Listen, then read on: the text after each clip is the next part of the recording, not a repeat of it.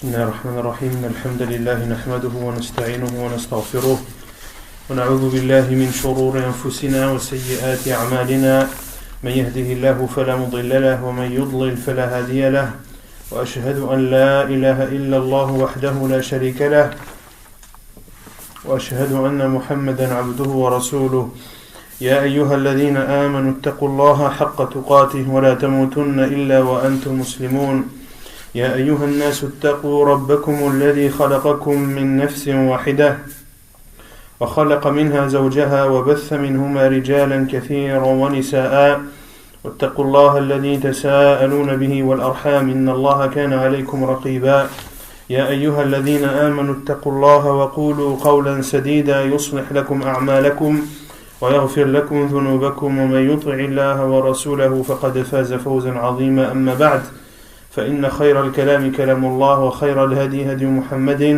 صلى الله عليه وسلم وشر الأمور محدثاتها وكل محدثة بدعة وكل بدعة ضلالة وكل ضلالة في النار أما بعد. Nous continuons l'explication du livre Al-Wajiz fi fiqh as-sunnah wal kitab al-aziz, toujours dans le livre des nourritures. La semaine dernière on avait traité du chapitre de Al-Udhiyah. Qu'est-ce que l'Udhiyah?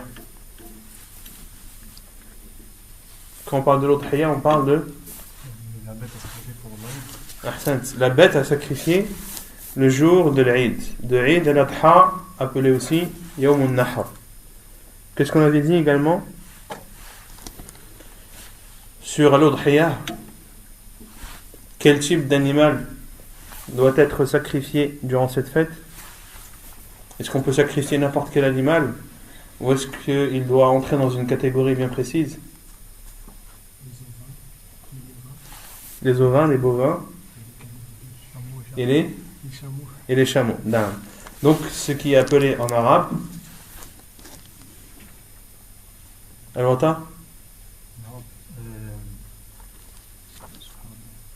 Bahimatul An'am. Bahimatul An'am, qui englobe les ovins, les bovins et les chameaux. Quel est le jugement de celle-ci? Est-ce que Al-Udhiyah est spécifique au jour de Nahr ou est-ce que cela peut s'étendre à plus? Et Ayyam al-Tashriq également. Et les 3 jours qui suivent le jour de Al-Eid. Donc en tout, il y a combien de jours pour pouvoir égorger son Udhiyah? 4 jours, le jour de l'Eid et les 3 jours qui le suivent. Quel est le jugement de l'Udhiyah? Elle est obligatoire selon l'avis de l'auteur et selon l'avis de la plupart des savants. Pour ceux qui ont les moyens. Pour ceux qui ont les moyens, pour celui qui a les moyens financiers d'acheter une bête à sacrifier le jour de l'Eid, alors cela devient pour lui obligatoire selon l'avis de l'auteur et c'est entre autres aussi l'avis de Cheikh al-Islam Ibn Taymiyyah. Et la plupart des savants, eux, considèrent que, on l'a vu ça ou pas la semaine dernière, que Al-Udhiyah était une sunna mu'akkada. La plupart des savants considèrent que c'est une sunna mu'akkada, que c'est une sunna fortement recommandée. Et certains, dont Cheikh al-Islam Ibn Taymiyyah et d'autres savants comme l'imam Abu Hanifa, rahimahullah, eux considèrent que Al-Udhiyah est obligatoire pour celui qui en a la possibilité, et ils apportent pour cela le hadith où le prophète sallallahu alayhi wa sallam a dit que celui qui a la possibilité d'égorger le jour de l'Eid et qui ne le fait pas, qui n'approche pas notre lieu de prière. Non.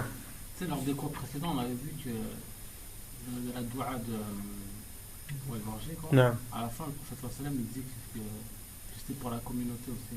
Non. Est-ce que, par exemple, si le gouverneur il fait ça et il dit la même chose, c'est valable aussi?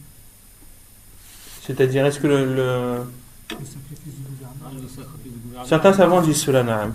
Certains savants disent que le sacrifice du gouverneur vaut aussi pour ceux qui ne peuvent pas, qui n'ont pas les moyens d'égorger. Et certains savants disent même que tu dois égorger lorsque tu sais le moment précis où le gouverneur va égorger, que tu dois attendre jusqu'à ce qu'il égorge lui. Car certains hadiths laissent entendre que on doit faire le sacrifice après la prière, mais pas seulement après la prière, après aussi que le gouverneur est sacrifié. Non. طيب. Donc, et d'autres hadiths où le professeur Hassan a dit qu'il appartient ou qu'il convient pour chaque famille habitant dans une maison un sacrifice tous les ans. Un sacrifice tous les ans. طيب. On avait dit également que al-udhiyah ne pouvait être issu que de bahimatu al-an'am, que de bahimatu al-an'am, comme l'a dit Allah Azza wa Jalla, wa likulli ummatin ja'alna mansakan yadhkuru isma Allahi ala ma razaqahum min bahimati al-an'am, qu'ils considèrent un sacrifice sur ce qu'Allah Azza wa Jalla leur a donné parmi bahimatu al-an'am, qui sont, comme on l'a dit, les ovins, c'est-à-dire les vaches et les bœufs, les ovins afwan, les moutons, les béliers, les brebis, les chèvres et les boucs, et également les vaches et les bœufs, et également les chameaux et les chamelles. Et on avait vu que la vache, quand on parle de la vache, on parle du genre, hein. On ne parle pas de la vache, c'est-à-dire la femelle. Quand on parle de la vache, on parle du genre. La vache et le chameau valent pour combien de personnes? La vache pour combien? Pour 7. La vache pour 7. Et le chameau? Pour 10. Donc la vache pour 7 et le chameau pour 10. Quant à la brebis, elle vaut pour une famille. Quand on parle de 1, de 7 et de 10, on parle de famille. D'accord? Et le professeur Hassan a dit que la brebis, ou plutôt il était connu au temps du professeur Hassan, qu'une brebis suffisait pour un homme et sa famille. Et on avait dit, sa famille, c'était les gens qui habitaient sous le même toit et qui mangent le même repas. Ensuite, on a parlé des animaux qui ne doivent pas être égorgés en guise de sacrifice de l'Eid. Quels sont ces animaux? Déjà, ça ne peut pas être autre que Bahimat al-An'am. Ensuite, dans Bahimat al-An'am, les 4 sortes, qui sont la borne, la borne, tous les bornes où il y a des cas spécifiques. Le professeur Sam a dit al-awra al-bayyinu awaruha, la borne dont le caractère, dont le fait qu'elle est borne est apparent et visible. Est apparent et visible. Donc ça c'est la première. Ensuite, wal-marda al-bayyinu maraduha, celle qui est malade, dont la maladie est apparente. Là, on avait dit que c'était soit par la fièvre ou soit par le fait qu'elle ne mange pas, etc. Ensuite, la troisième catégorie, la boiteuse, celle qui boite, dont le caractère boiteux est apparent. Et celle qui n'a pas de pattes, est-ce qu'elle rentre aussi ou pas? Celle dont 2 pattes sont amputées. Ça rentre parce qu'elle ne suit pas le groupe. Elle ne marche pas. Le professeur il parle de la boiteuse. Elle ne suit pas le groupe. Mais elle ne peut pas marcher, de toute façon elle est amputée de 2 pattes. Donc est-ce qu'elle entre dans ce hadith ou est-ce qu'elle n'entre pas dans ce hadith? Non? Elle entre dans le hadith. Pourquoi? Car celle qui est boite, il nous interdit de l'égorger et de la considérer comme sacrifice de l'Eid. Donc celle qui est amputée, encore plus. Comme celle qui est borne et celle qui est aveugle. La bête aveugle doit encore moins être sacrifiée que celle qui est borne. Ensuite, Naam, al-kasiratu ou al-kabiratu allati la tunqi, celle qui est maigre et qui n'a pas de moelle épinière dans les os. Taïb. Au niveau de l'âge, quel doit être l'âge des animaux? 6 mois pour le mouton, Naam. 2 ans pour la vache et le bœuf, naam. 5 ans pour le chameau. Et pour la chèvre et le bouc. Naam. La chèvre et le bouc. 8-6 mois et moins d'un an. Naam. C'est entre 6 mois et 1 an. Entre 6 mois et 1 an. طيب.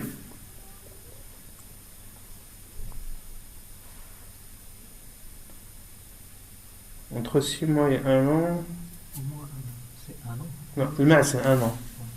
Le mât c'est 1 an, celle qui a 1 an. C'est la brebis dont l'âge est compris entre 6 et 1 an. D'accord? Entre 6 et 1 an. السلام ورحمة الله. طيب. Donc on commence le chapitre de العقيقة. يقول المؤلف العقيقة تعريفها العقيقة بفتح العين المهملة اسم لما يذبح عن المولود. حكمها والعقيقة واجبة على المولود له. عن الغلام شاتان متكافئتان وعن الجارية شاة. عن سلمان بن عامر الضبي قال سمعت رسول الله صلى الله عليه وسلم يقول مع الغلام عقيقة فأهرقوا عنه دما وأميطوا عنه الأذى. وعن عائشة قالت أمرنا رسول الله صلى الله عليه وسلم أن نعق عن الغلام شاتين وعن الجارية شاة. حديث صحيح رواه ابن ماجه والترمذي. وعن الحسن بن سمرة رضي الله عنه قال كل غلام مرتهن بعقيقته تذبح عنه يوم السابع ويحلق رأسه ويسمى. حديث صحيح رواه ابن ماجه وابو داود والترمذي.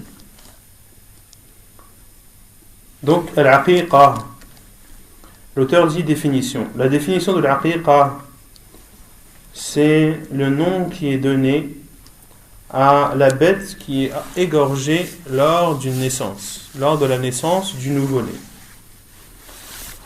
Et dans la langue arabe, al-aqiqa vient du mot aq, qui veut dire couper. Al-aqu wa huwa al-qat'u. D'où le fait que l'on parle de uquq al-walidayn. Uquq al-walidayn, c'est le fait de rompre les liens avec les parents et les proches parents. Et les savants disent qu'elle est appelée aqiqa car ses veines sont coupées au moment de l'égorgement, au moment du sacrifice. Donc l'aqiqa, c'est la bête qui est sacrifiée pour celui à qui Allah Azza wa Jalla a accordé un nouveau-né. Son jugement, hukmuha, son jugement, l'auteur dit, et l'aqiqa est obligatoire pour celui qui a eu l'enfant.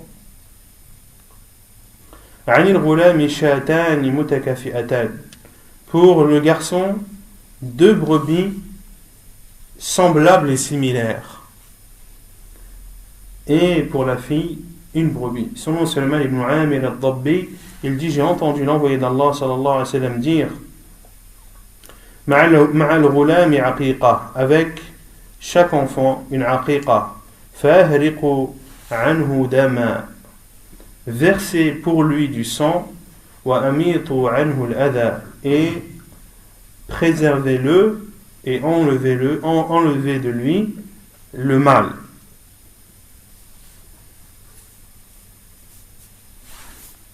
Donc dans ce hadith de Salman ibn Amir, il dit, j'ai entendu l'envoyé d'Allah sallallahu alayhi wa sallam dire, avec ou pour chaque enfant, il doit avoir une aqiqa, c'est-à-dire une bête que l'on égorge. Fahriqu, c'est-à-dire faites écouler pour lui le sang, c'est-à-dire égorger pour lui. Qu'est-ce que ça veut dire égorger pour lui?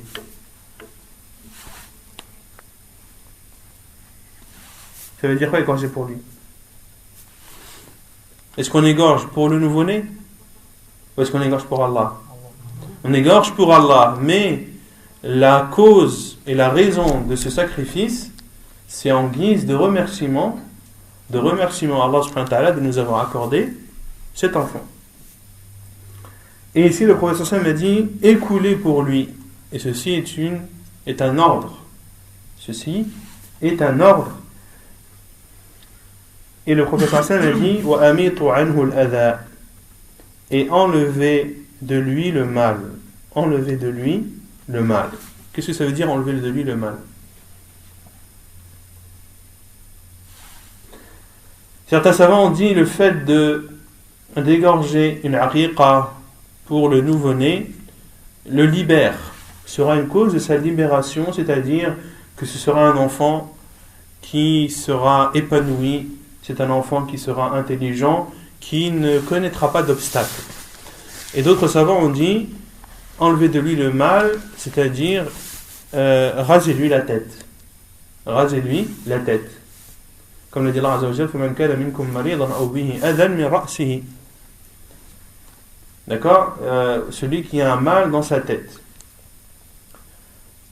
Et les savants ont divergé sur le jugement de l'aqiqa. Les savants ont divergé sur le jugement de l'aqiqa. La plupart des savants considèrent que c'est une sunna mu'akkada. La plupart des savants considèrent que c'est une sunna fortement recommandée. Et leur preuve est un hadith authentifié par Cheikh al-Albani rahimahullah, où le prophète sallallahu alayhi wa sallam a dit Man ahabba minkum an yansaka an waladihi falyaf'al. Celui d'entre vous qui désire sacrifier une bête pour son enfant, qu'il le fasse. Pour le garçon, 2 brebis, et pour la fille, 1. Donc dans ce hadith authentique, le prophète sallallahu alayhi wa sallam a dit Man ahabba, celui d'entre vous qui désire et qui souhaite. Cela prouve que ce n'est pas une obligation. Et les autres savants ont dit non, le prophète sallallahu alayhi wa sallam a ordonné, a dit fa'ahriqu anhu dama. Et ils utilisent aussi ceux qui disent que c'est obligatoire l'autre hadith, le hadith de Aïcha radhiyallahu anha, qui dit le prophète sallallahu alayhi wa sallam nous a ordonné de faire al-aqiqa, c'est-à-dire d'égorger, de sacrifier une bête pour le garçon 2 brebis et pour la fille 1 brebis. Et selon Al-Hasan ibn Samura, il rapporte du prophète sallallahu alayhi wa sallam qu'il a dit kullu ghulamin murtahanun bi'aqiqatihi tudhbahu anhu yawm as-sabi' wa yuhlaqu ra'suhu wa yusamma. Tout enfant murtahanun bi'aqiqatihi. Ça veut dire quoi murtahanun bi'aqiqatihi?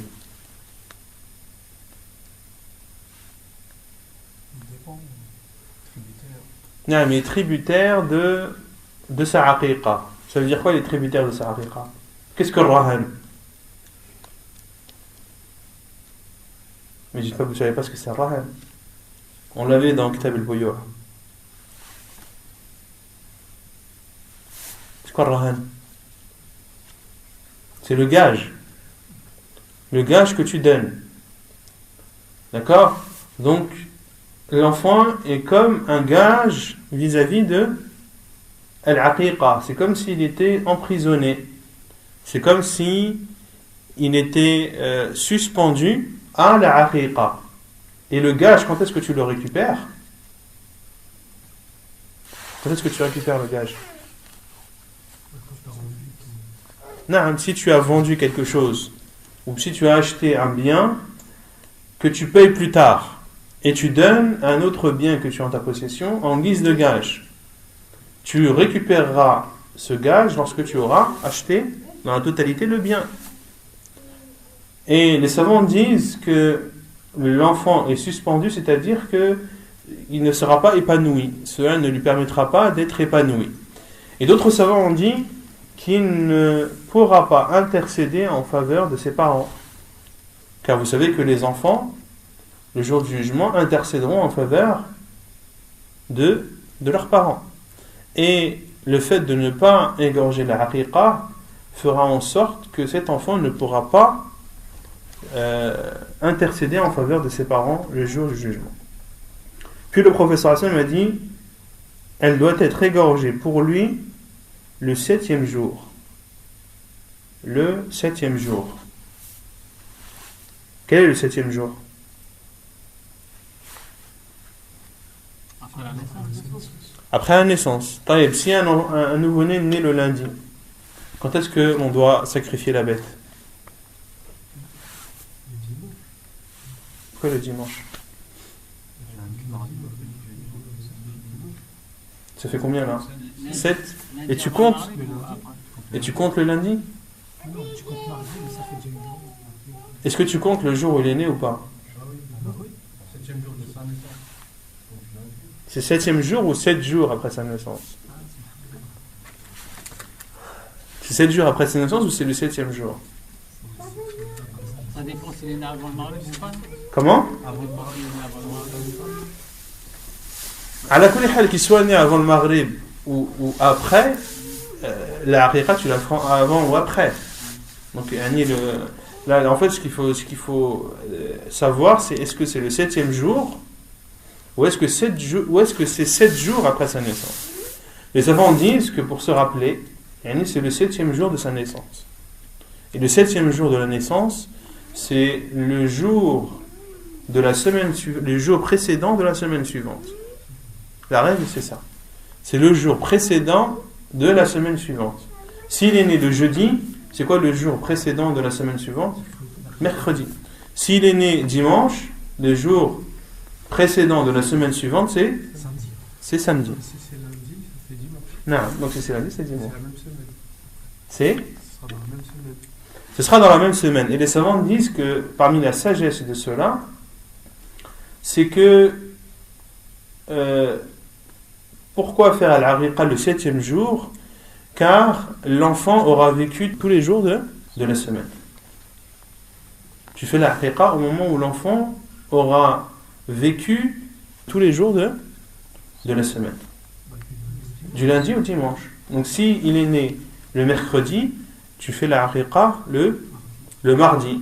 Mercredi, jeudi, vendredi, samedi, dimanche, lundi, mardi. Il y a tous les jours de la semaine. Non. On se base sur un calcul du calendrier hégérien. Là, on parle de semaine. On parle de semaine. Donc, la semaine, tu comptes en jours. Là, le fait que l'on parle d'un mois lunaire ou d'un mois solaire n'a pas d'importance. Il n'y aura pas d'effet dessus. Parce qu'on ne parle pas de mois, mais on parle de jours. Parce que si tu nais le lundi après le Maghrib, ça sera pas le dimanche. S'il naît, Le lundi après le Maghrib, ça sera pas le dimanche.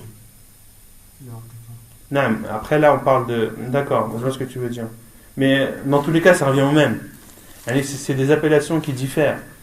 Le lundi soir, nous, ce que l'on considère le lundi soir, c'est en vérité la nuit du mardi.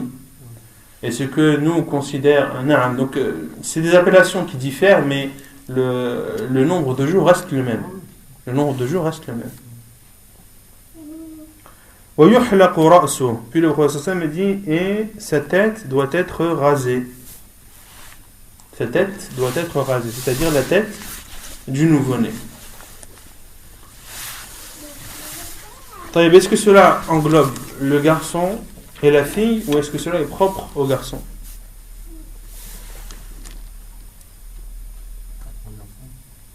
Non. Certains savants disent qu'il est propre au garçon, et d'autres savants disent qu'il englobe à la fois la fille et le garçon. La fille et le garçon. Pourquoi? Car le prophète me dit وَيُحْلَقُ رَأْسُهُ, et sa tête doit être rasée. Le prophète ici n'a pas parlé de al-ghulab. D'accord? Il ne voulait pas dire, à parler de al-ghulab, mais il ne voulait pas spécifier le ghulab. Pourquoi? Car dans le hadith ici, le prophète me dit pour tout enfant. Et ici, al-ghulab en arabe, c'est le... Non, c'est le garçon. Al-ghulab, c'est le garçon. Chaque garçon doit avoir une aqiqa. Est-ce que cela est propre au garçon? Non. Dans ce hadith, on comprend aussi que c'est la fille. Et le prophète m'a dit tudbahu, la bête doit être égorgée le 7e jour. Et ici, le prophète n'a pas spécifié non plus. Donc, c'est un jugement qui est propre à la fois au garçon comme à la fille. Et d'autres savants disent non. Le fait de raser la tête est propre uniquement au garçon et ne vaut pas pour la fille, car il n'est pas connu que l'on rase la tête de la fille. Cela ne fait pas partie des choses qui sont connues. Celui qui se rase la tête, c'est la plupart du temps l'homme et non pas la femme. Allahu a'lam. Et donc celui qui rase la tête, qu'est-ce qu'il doit faire avec les cheveux? Non? Il pèse les cheveux et donne l'équivalence en argent. Il donne en aumône l'équivalence en argent, c'est-à-dire qu'il pèse et il regarde le poids à combien équivaut en argent, c'est-à-dire le matériau, et il doit donner en aumône. Et celui qui ne peut pas raser la tête de son enfant, est-ce qu'on a le droit d'estimer?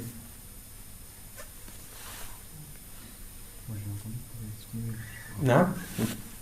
Ça veut dire on peut estimer. Cheikh Ibn Uthaymin, c'est ce que dit Cheikh Ibn Uthaymin, il dit que celui qui a peur, et les savants disent déjà à la base que ce n'est pas n'importe qui rase la tête du nouveau-né, que tu dois l'emmener chez un coiffeur ou chez quelqu'un qui en a l'habitude et qui est spécialisé dans cela, car la tête du nouveau-né est très fragile.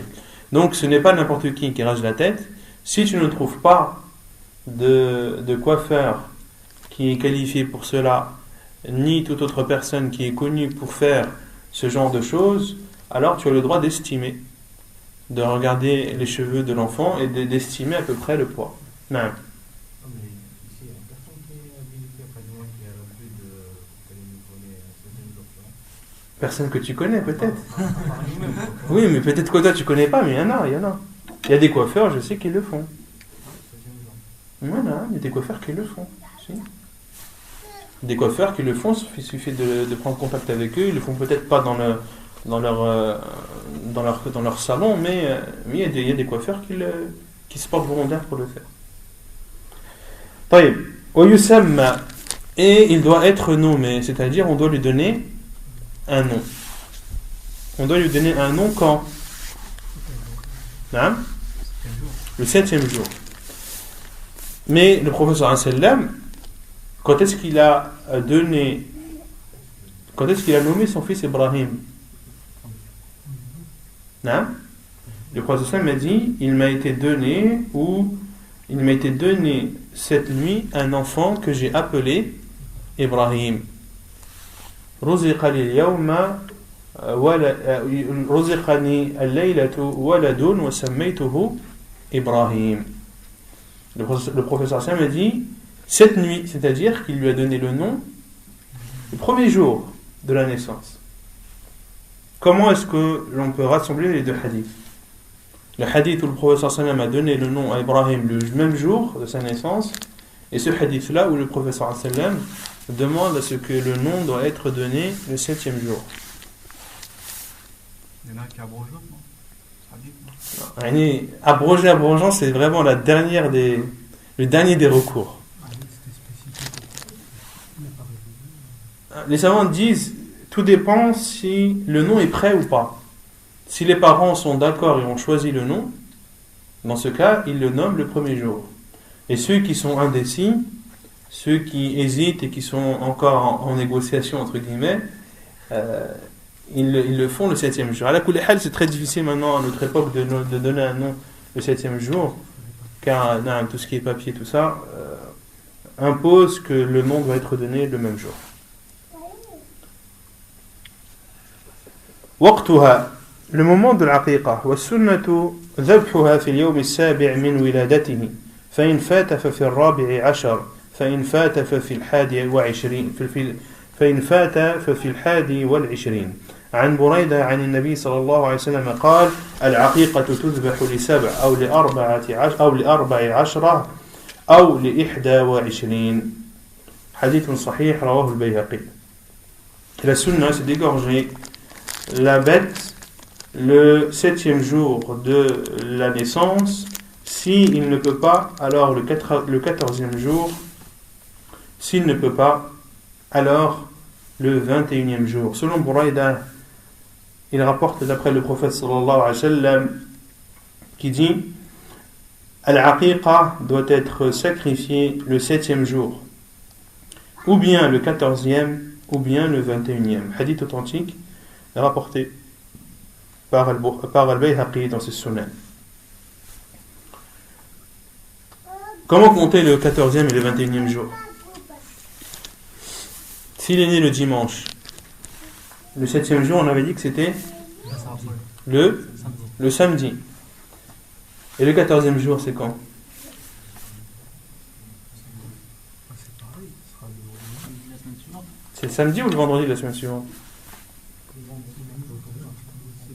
Hein? Ça change pas.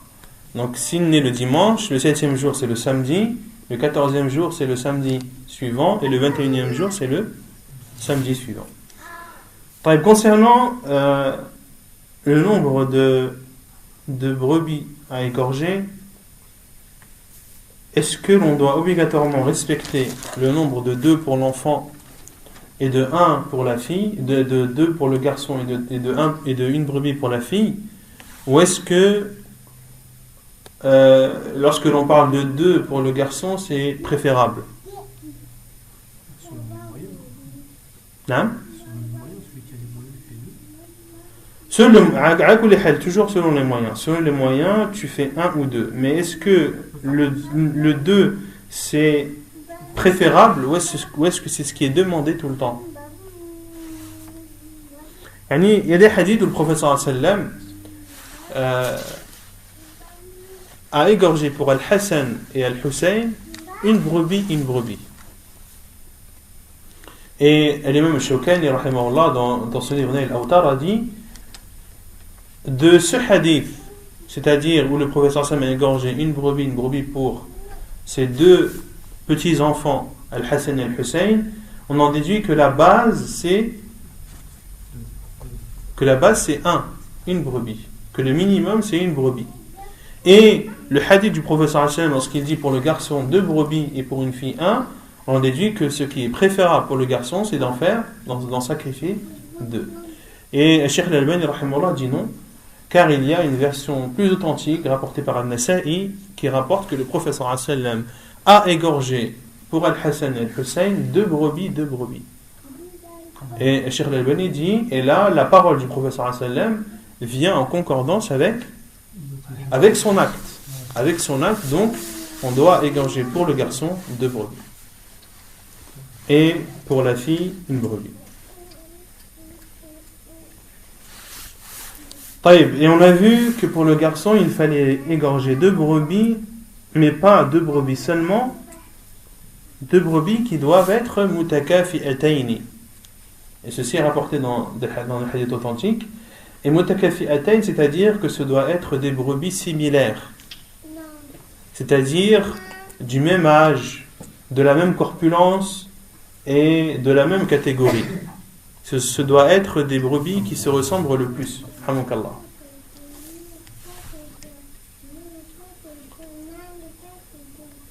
Et celui qui ne peut pas sacrifier le 21e jour, qu'est-ce qu'il fait?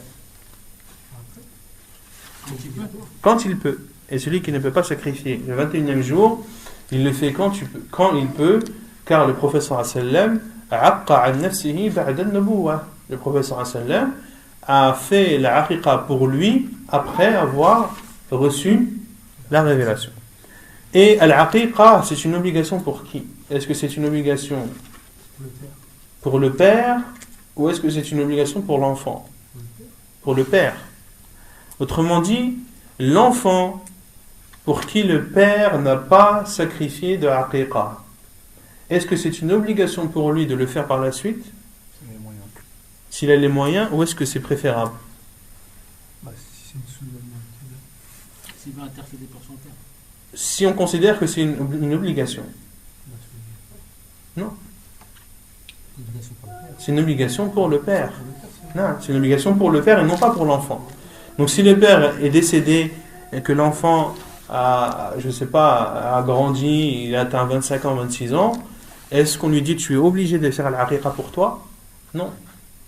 S'il veut le faire, cela est préférable car le professeur Hassan l'a fait pour lui. Mais s'il ne le fait pas, il n'a pas commis de péché car en islam, Allah Azza wa Jalla dit وَلَا تَزِرُ وَزِرَةٌ وِزْرَ أُخْرَى. On ne peut pas blâmer quelqu'un pour le péché d'autres.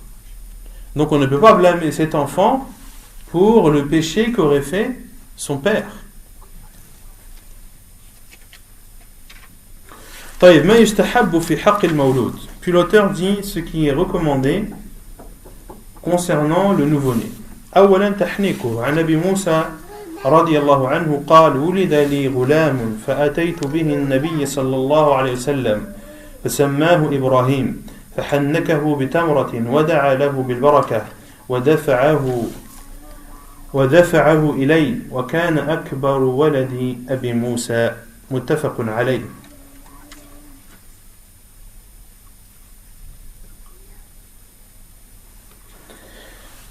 Donc at-tahnik, ce qui est recommandé à faire vis-à-vis du nouveau-né, premièrement at-tahnik. Selon Abu Musa al-Ash'ari radiyallahu anhu, il dit: j'ai eu un enfant, un garçon que j'ai apporté au prophète sallallahu alayhi wa sallam, qu'il a nommé Ibrahim. Fahannakahu bitamra. Et le prophète sallallahu alayhi wa sallam a fait at-tahnik avec une date. Qu'est-ce que le tahnik? De frotter le palais et les gencives avec une date que l'on a précédemment mâchée. Et le prophète sallallahu alayhi wa sallam a invoqué en la faveur de cet enfant bil baraka, a invoqué et a demandé à Allah azza wa jal qu'il le bénisse, wa dafa'ahu ilay, puis il l'a rendu à son père Abu Musa. Et c'était l'enfant le plus grand de Abu Musa. Autrement dit, c'était son premier enfant.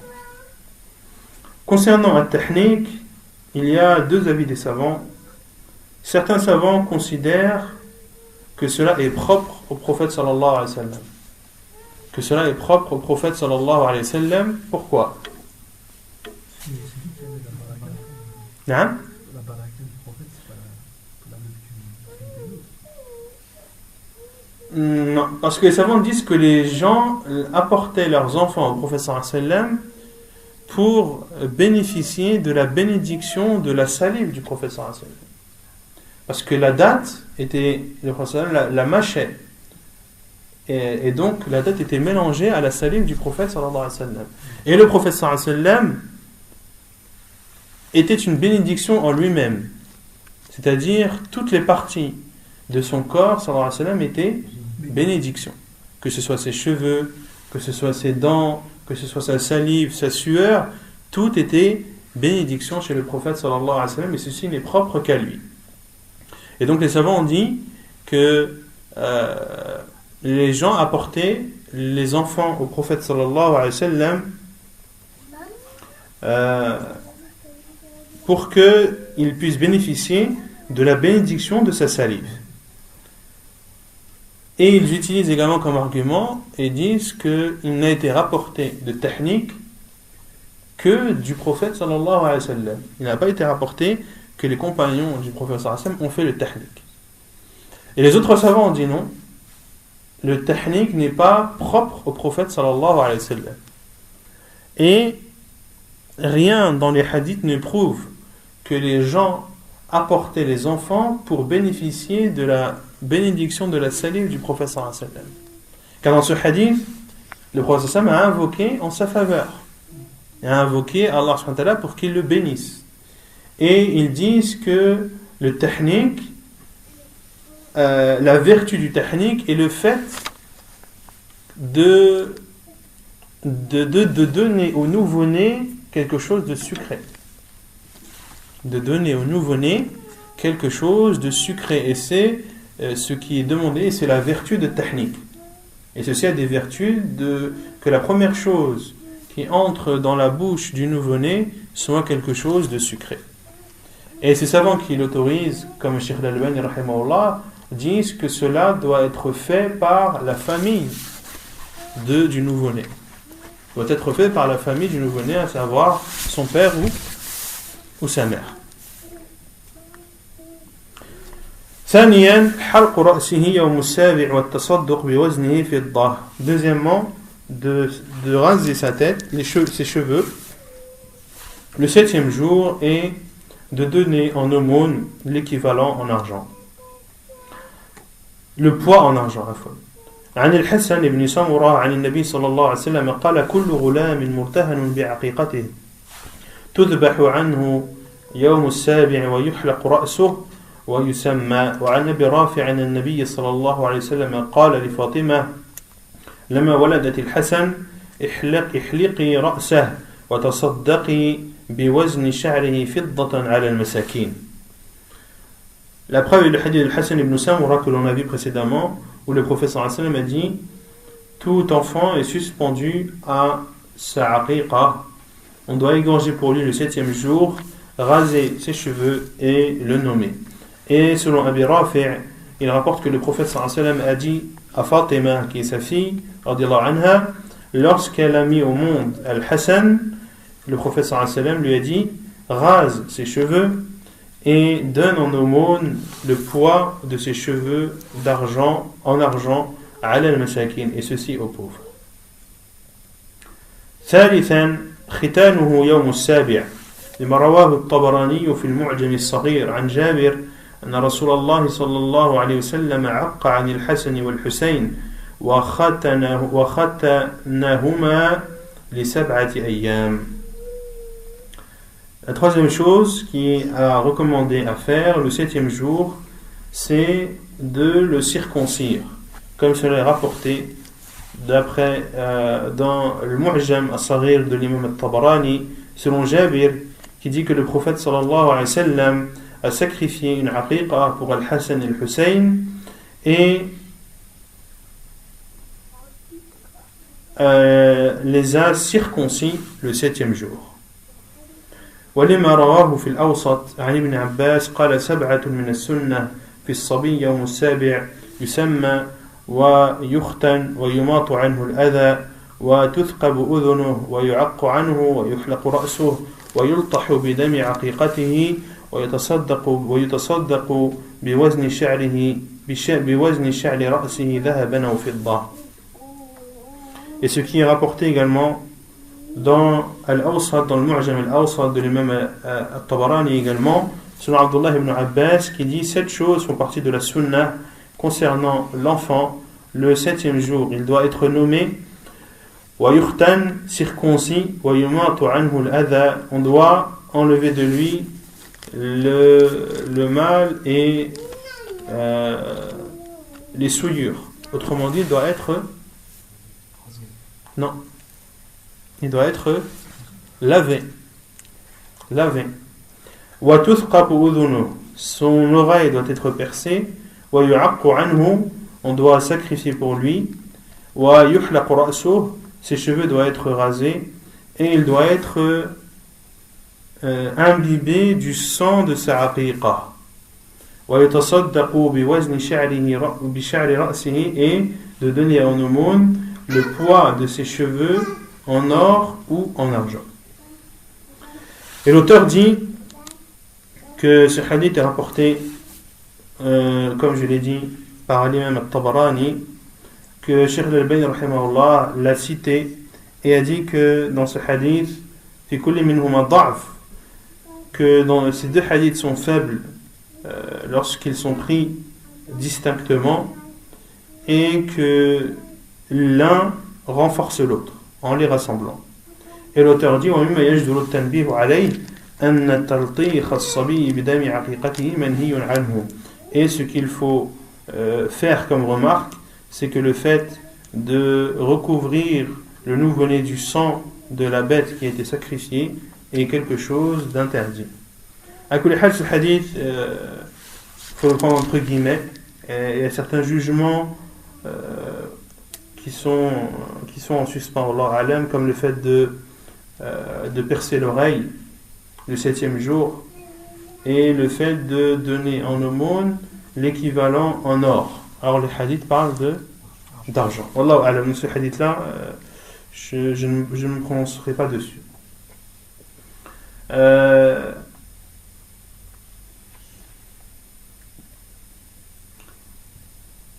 Concernant ce qui est connu chez les gens, à savoir qu'il est interdit de casser les os de l'aqiqa. Certains disent qu'on ne doit pas casser l'os de la brebis que l'on a sacrifiée pour un nouveau-né. Et que lorsque l'on découpe la bête, l'animal, on doit le découper selon ses articulations. Et le hadith à ce sujet est faible.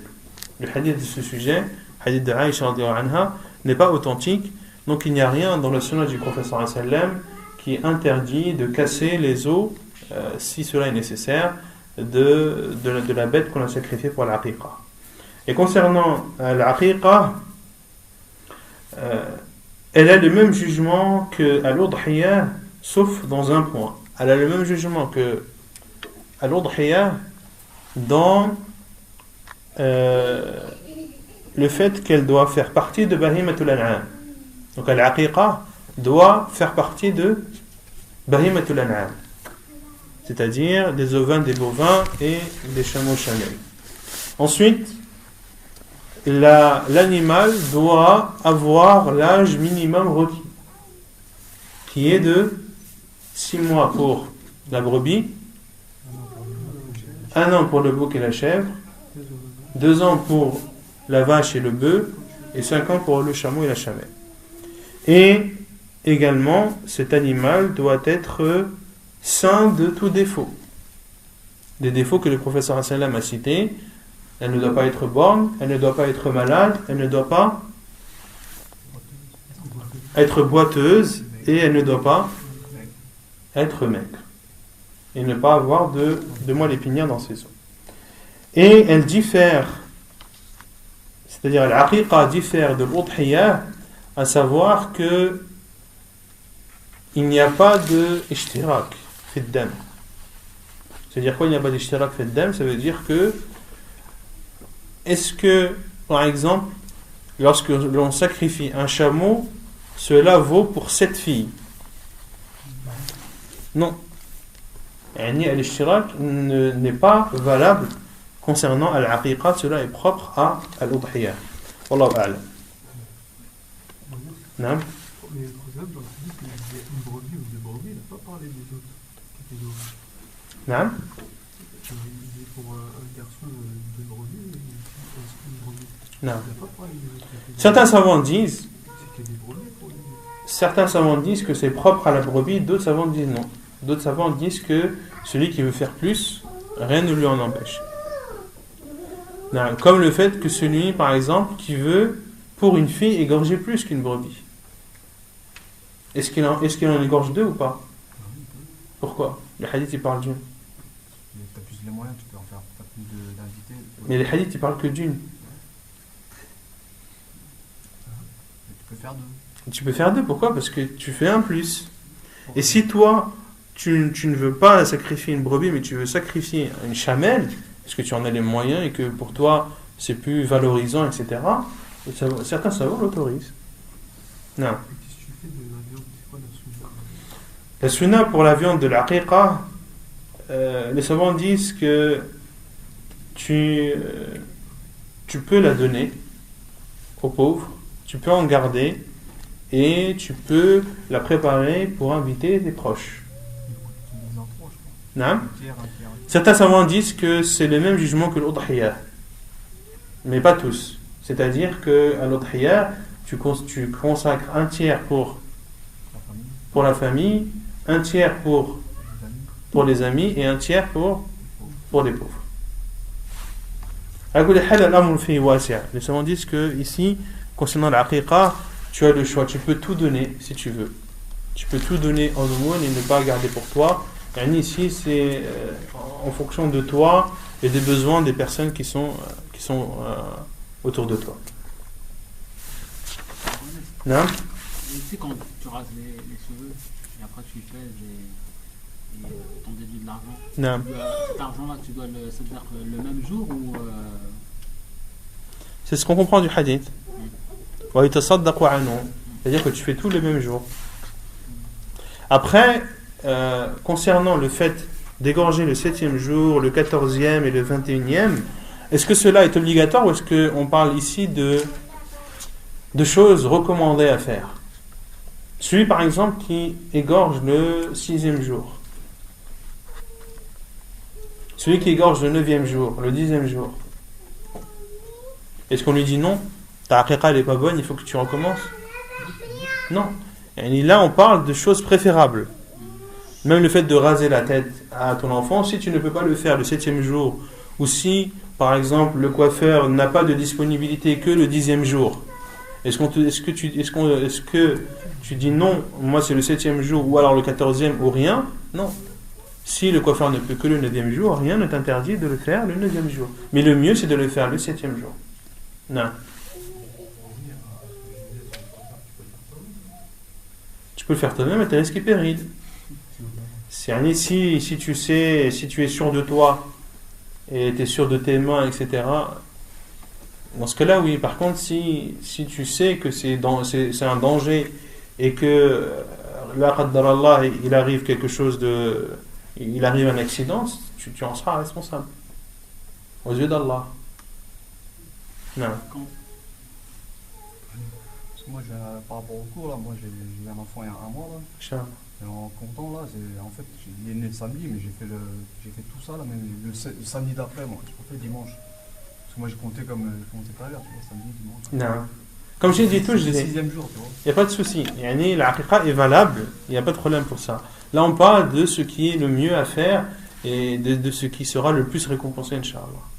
Mais les savants sont unanimes sur le fait que, à partir du moment où tu égorges la bête, même le lendemain ou 2 jours après, cela est considéré comme une aqiqa et tu as fait ce qui était obligatoire. Non. Quand on parle de raser, c'est la boule à zéro. Non. Yuhlaq al-halq. Non. Al-halq, c'est bil moussa, les savants disent. Al-halq, c'est avec le rasoir. Et je peux parler du mot nasika, ça veut dire quoi? Nasika, c'est un sacrifice. C'est un sacrifice. Comme Allah Azza wa Jalla dit, وَلِكُلِّ أُمَّةٍ جَعَلْنَا مَنْسَكًا. Et pour toute communauté, nous avons légiféré le sacrifice. C'est-à-dire le sacrifice, le fait d'égorger, de sacrifier une bête. Non. قُلْ إِنَّ صَلَاتِي وَنُسُكِي. Dit, ma prière et mon sacrifice. Non. Pour ça, des jours éparpillés. Un jour ذبيحة, un jour rasé. La manière. La manière, la base. Et concernant l'aqiqa, pour qui est-ce qu'elle doit être faite? L'enfant qui n'a pas atteint ou qui est mort le jour de l'accouchement, est-ce qu'on fait l'aqiqa pour lui ou pas?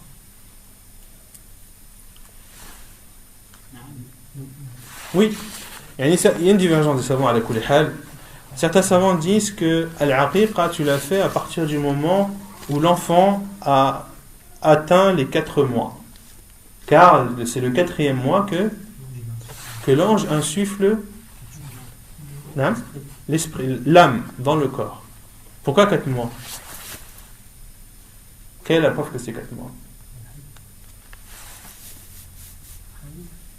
Non? Comme quoi, au 4e mois, il y a un ange qui vient. Non, pas ça.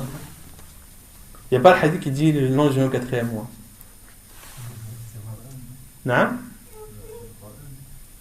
Allah n'aime pas ma connaissance. Non, dans le hadith, c'est 3 fois 40 jours.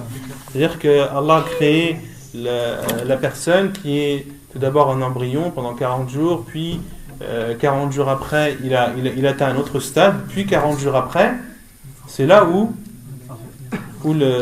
l'ange vient insuffler. ثُمَّ يُرْسِلُ اللَّهُ مَلَكًا فَيَنْفُخُ فِيهِ الرُّوحَ. Et 3 fois 40, ça fait 120 jours. Et 120 jours, ça fait 4 mois. Donc, et c'est l'avis le plus sûr, c'est qu'avant les 4 mois, ce n'est pas un être humain à part entière. C'est-à-dire qu'il ne sera pas ressuscité le jour du jugement. Car seront ressuscités tous ceux qui avaient une âme. Ceux qui n'ont pas d'âme ne seront pas ressuscités le jour du jugement. Donc l'enfant qui meurt après les 4 mois, lorsqu'il décède au bout de 4 mois, au minimum, on doit lui donner un nom, on doit le laver et prier sur lui. Et certains savants disent qu'on doit aussi faire pour lui l'aqiqa. On doit aussi faire pour lui l'aqiqa. Et d'autres savants disent non, on doit seulement le nommer, le laver et prier sur lui. Et concernant celui qui meurt au moment de l'accouchement, là, les savants disent qu'on doit faire al-aqiqa aussi pour lui. En plus de le nommer, de le laver et de prier sur lui, de sacrifier aussi pour lui une aqiqa. Et d'autres savants ont dit non, al-aqiqa ne doit être faite que pour l'enfant qui est né vivant. Que pour l'enfant qui est né vivant. Ensuite, il y a un khilaf encore des savants. Celui qui meurt avant le 7e jour, est-ce qu'on doit faire pour lui l'aqiqa ou pas? Car le prophète a dit qu'on doit faire pour lui l'aqiqa le 7e jour. Donc celui qui meurt, l'enfant nouveau-né qui meurt avant 7 jours, est-ce que l'on fait pour lui l'aqiqa ou pas? Avec le khilaf des savants, et rajih wallahu alam, c'est que même s'il meurt avant le 7e jour, on doit faire pour lui l'aqiqa wallahu alam. D'autres questions sur ce sujet? Non? Est-ce qu'il est connu de faire l'adhan à l'oreille du nouveau-né? Non, concernant l'adhan, il y a deux choses, il y a l'adhan et l'iqama. Concernant l'iqama, le hadith est faible. Le hadith est faible sur l'iqama, sur l'oreille gauche. Et concernant l'adhan, là il y a une divergence des savants. Certains savants considèrent le hadith hassan, d'autres le considèrent da'if. Cheikh al-Albani rahimahullah le considérait au début hassan, mais est revenu sur son tahsin, car il a découvert une autre version où il s'était fié à une parole de l'imam Ibn al-Qayyim rahimahullah concernant une version du hadith. Il disait qu'elle était faible, et Cheikh al-Albani, en prenant en compte cette parole de l'imam Ibn al-Qayyim, avait lui en sa possession une autre version, une autre chaîne de transmission qui était elle aussi faible. Et donc une chaîne de transmission qui est faible associée à une autre qui est faible se renforce. Ça c'est une règle dans Ilm al-Hadith. Al-Hasan li-ghayrihi, c'est un hadith qui est jugé bon, mais il n'est pas bon en soi, il est bon parce qu'il a été renforcé par d'autres chaînes de transmission. Et la règle aussi dans le renforcement de deux versions qui sont faibles, il y a une condition, il ne faut pas que la faiblesse de la chaîne de transmission soit forte, car deux chaînes de transmission qui sont fortement faibles ne peuvent pas se renforcer. Si elles sont faibles uniquement, alors elles se renforcent. Par contre, si elles sont fortement faibles, là elles ne se renforcent pas. Et Cheikh al-Albani rahimahullah, lorsqu'il a étudié la chaîne de transmission sur laquelle Imam al-Qayyim avait dit qu'elle était faible, il a vu qu'elle était en réalité très faible. Et donc le hadith ne pouvait pas atteindre le degré de al-Hasanu li ghayrihi, et donc l'a considéré faible. Et donc ça c'est l'avis de Cheikh al-Albani, et d'autres savants considèrent que le hadith est jugé bon et que l'on peut faire l'adhan sur l'oreille droite du nouveau-né. Wallahu a'lam. D'autres questions?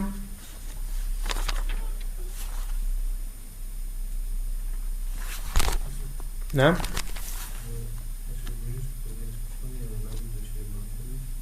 Cheikh al-Uthaymin dit que la ba'sa bil-adhan.